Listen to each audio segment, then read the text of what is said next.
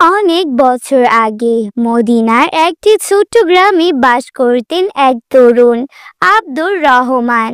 তিনি ছিলেন দয়ালু, আল্লাহ ভক্ত এবং সকল জীবের প্রতি স্নেহশীল। তার ঘরের পাশে একটি পুরনো গাছের নিচে প্রায় একটি ক্ষুধার্ত বিড়াল এসে বসত।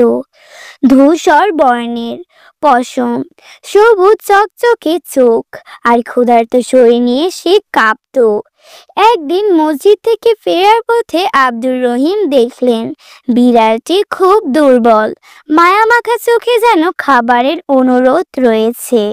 তার মনে পড়ল প্রিয় নবী হযরত মুহাম্মদ সাল্লাল্লাহু আলাইহি ওয়াসাল্লাম এর হাদিস, প্রতিটি জীবের প্রতি দয়া দেখানো একটি সৎকর্ম। আর মনে পড়ল আবু হুরায়রা রাদিয়াল্লাহু তাআলা এর কথা, যিনি বিড়ালের প্রতি ভালোবাসার জন্য আবু হুরায়রা অর্থাৎ বিড়ালের বাবা নামে পরিচিত হয়েছিলেন। আব্দুর রহমান দ্রুত বাড়ি ফিরে এলেন। নিজের অল্প খাবার থেকেও রুটির টুকরো আর দুধ নিয়ে এসে বিড়ালটিকে খাওয়ালেন। তিনি নিজে ক্ষুধার্ত ছিলেন, তবুও প্রাণীটিকে আগে খাওয়ালেন। বিড়ালটি খুশিতে গুড় গুড় শব্দ করতে লাগলো, আর আব্দুর রহমানের মন ভরে গেল শান্তিতে। তিনি দোয়া করলেন, হে আল্লাহ, তুমি আমাদের সব জীবের প্রতি দয়াশীল হতে শিখিয়েছো, আমাকে এই পথ চলার তৌফিক দাও। এরপর আশ্চর্য ঘটনা।